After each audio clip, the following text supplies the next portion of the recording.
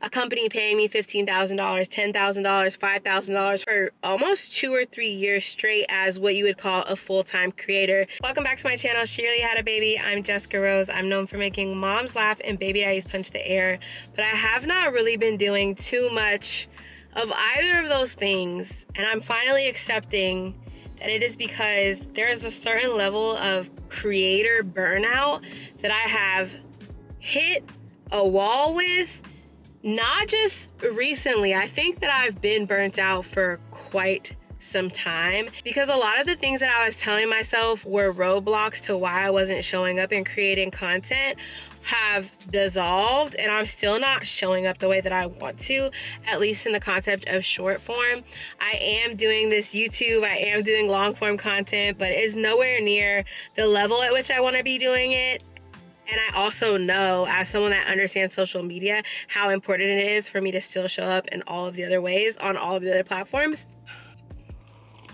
By the way, I saw a thread or a video about how wide the Stanley cup straws are, and how someone had like found a spider in theirs, and ever since then I need to have a little cap on my Stanley straw, because I don't want any itsy bitsy spiders or anything getting inside of there. So if you're new to the channel, or if you're new to my content, I'm gonna give just a little bit of backstory, how I've gotten to the place that I am right now. I started creating content online in 2017 when I initially launched what was to be a blog, SheReallyHadABaby.com. I've always enjoyed writing, and I felt like it would be a great way to talk about my experiences as a single mom navigating and living in Los Angeles, California. It wasn't until I posted a funny parody video of me doing a rap with my at the time 2-year-old daughter Nyla in my lap. When I posted that video, it got so much traction and attention. It was a remix of a Cardi B song, not the bigger one that I did that was like a full-blown music production, but of Bodak Yellow. I called it like Bodak Mommy. It went out of control. A couple of the right people saw it at the right time, and it blew. And when I saw that it blew in that way, I was like, oh, video content is where it's at. And I just started funneling all of my energy into creating video content. And that's how I initially grew my platform. Throughout my journey as a creator, I've always had different jobs here and there. When I first started out, there was a call center that I was working at, and I was working at a cruise company selling cruises on a chat team doing sales. And I remember getting selected at the time of working there for a program from YouTube called YouTube Next Up. And this was in 2019. So I had already been doing my thing for about 2 years online, building up my presence, doing my mom raps. And when I got selected for that program, I was already in LA, so I didn't get flown out to LA, but they basically invested in 11 or 12 different creators for a week at what used to be the YouTube studios here in Los Angeles. And they gave us a stipend for equipment. They gave us classes on lighting and storytelling, and just poured into us as creators so that we could be as successful as possible on YouTube. I also got to network with a lot of cool people there, and I felt like I walked away from that experience feeling like, oh my goodness, I have something really special here. Why am I still at this job? Especially talking to people that were already doing things like brand deals, who were telling me that, you know, little things that I was getting here and there, I could have been asking for thousands of dollars, etc., etc. So when I came back from that experience, I ended up quitting my job, and I had a little bit of money saved. I was still living in this very small kind of like bachelor back house situation that I was renting with my daughter, and just not being the most financially disciplined or well-versed person with money. Blew through the little bit of money that I had saved relatively quickly, and then things started to dry up. And yeah, I remember just feeling like I had made a mistake. And I go this far back into the story because I feel like this is a cycle that I've experienced as a creator so much that I don't think a lot of people talk about. Maybe a lot of people aren't experiencing it, but I've had so many different cycles of going hard with content creation and doing it full time and being excited about the chunk of money that you get here, the chunk of money that you get here, and then ending up back at, you know, the mercy of some employer or some corporation where I am reliant on a check or in need of a consistent check. And I think that the fact that this has been a cycle that I've been in for so long, since 2017, has been extremely exhausting, because I've had some pretty high times in my journey as a creator, probably the most recent being a couple of years ago, where I was going for almost 2 or 3 years straight as what you would call a full-time creator. Now, I was always still doing little hustles on the side, like social media management. I even did content production services for people when I had a little bit more of an official camera. So there was always some kind of a hustle to it, but I felt like brand deals were pretty consistent during that time. And even more recently, I had tapped into the whole digital marketing, selling ebooks, teaching content creation and content monetization. I have never been more successful with anything other than selling ebooks, talking about brand deals and content creation. I was so successful with it. I saved money, put it up, and decided during that time that I no longer even wanted to be tied to Los Angeles. I even decided to sell everything that I own, pack up my entire Los Angeles apartment, and decide to travel full time and try to live abroad. I lived in Costa Rica for a couple of months, tried to live in Brazil a little bit, and throughout that time period, again, found myself in a cycle of not managing my money properly, being overseas, and realizing that brand deals were not as poppin' as I was hoping that they were going to be with me just breaking into the travel field, and realizing that there are more opportunities for exchanges of things like places to stay and food versus actual compensation, and also just my brand deals in general going down. Now, I do think that there's a couple of reasons why my brand deals started to tank, and I cannot tie it to one thing concretely, but I will tell you this. When I started talking about how much money I was making through brand deals and constantly putting screenshots on the internet and telling people that a company, never specifically saying what company, but saying things alluding to a company paying me $15,000, $10,000, $5,000 for a post, while it was great for converting people into buying from me and wanting to learn from me because they wanted to do that too, it was definitely steering brands away from me. And the majority of what my content became was just very salesy and very much a numbers game. I knew that when I showed screenshots or talked about big numbers, that it was going to put a fire underneath the people that were following me that wanted to make money like that too.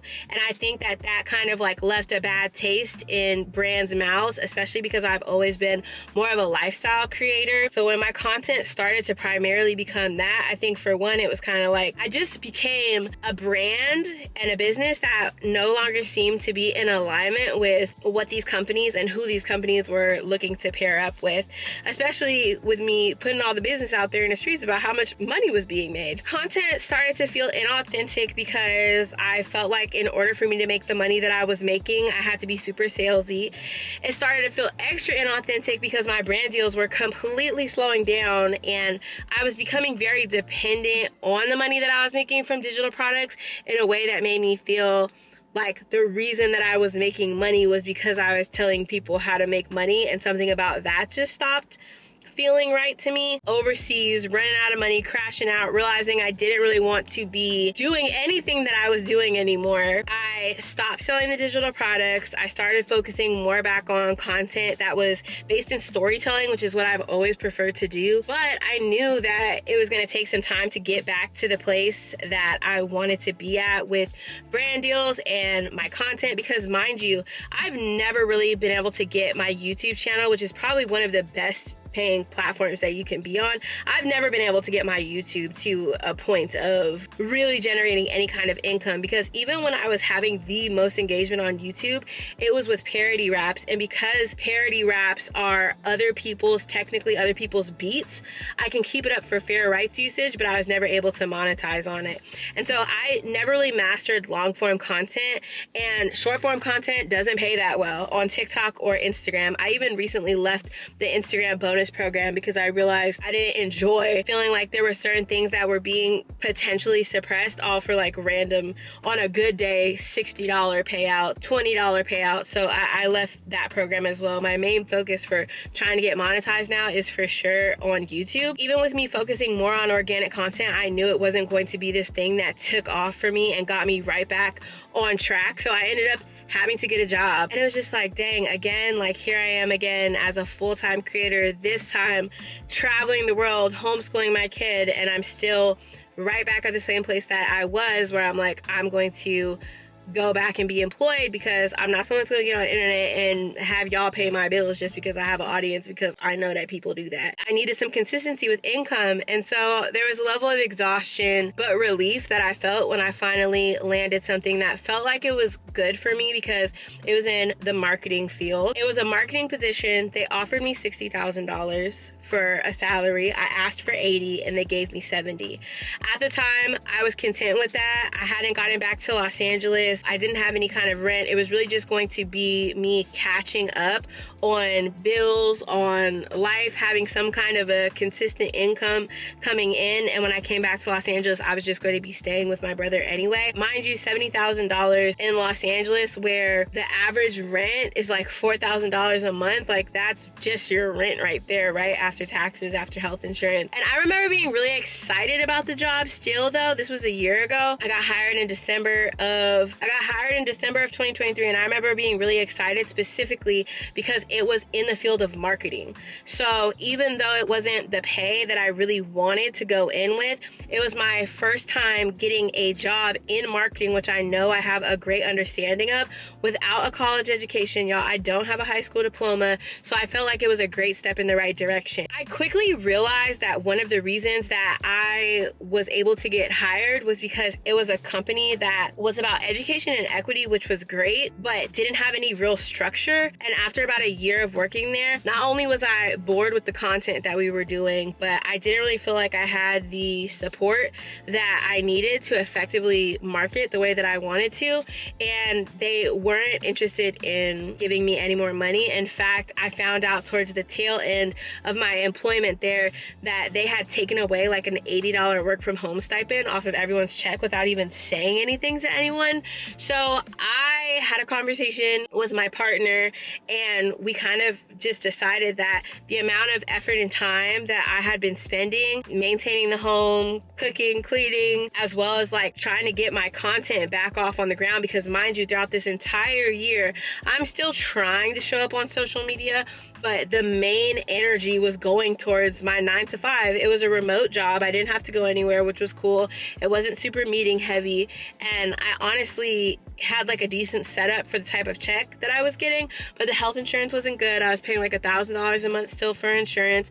And I was in a partnership now where I didn't necessarily have to rely so much on my own income, that we decided that I would just resign from that position and just focus on my content. I quit basically almost a month after a year of me getting hired.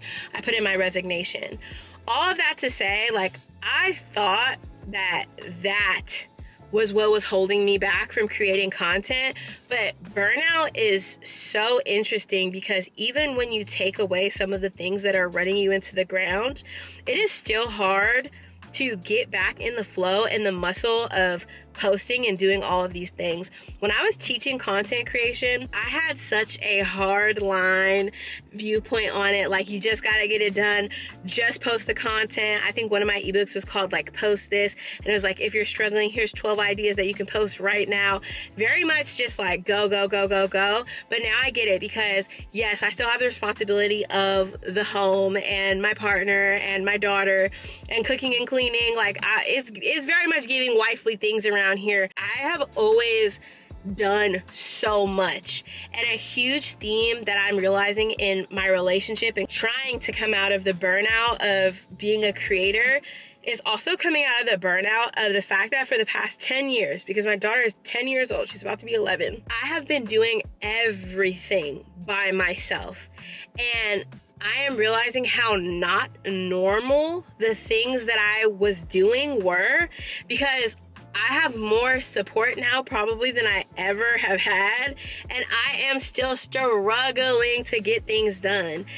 And I do have a habit of still stacking things on as I'm going. Like, for instance, I took on a client. I'm a social media manager. Well, I'm a social media strategist. Okay, put some respect on my name. I'm a social media strategist and community manager for a really cool brand that I love working for. It doesn't feel anything too heavy. In fact, I'm about to go inside of a coffee shop and co-work to take a meeting with them. And it's a cool little thing to have as a contract role while I'm still, you know, getting used to the idea of fully being financially dependent on another person. Like, there is something about me as a human being that, as much relief as I have in like my marriage and having someone that is capable of providing for me in the way that Jay does, like having something like a little contract role does help me to feel like I'm contributing, even though I am working through understanding that the way that I contribute in other ways is enough. I've taken so much off of my plate.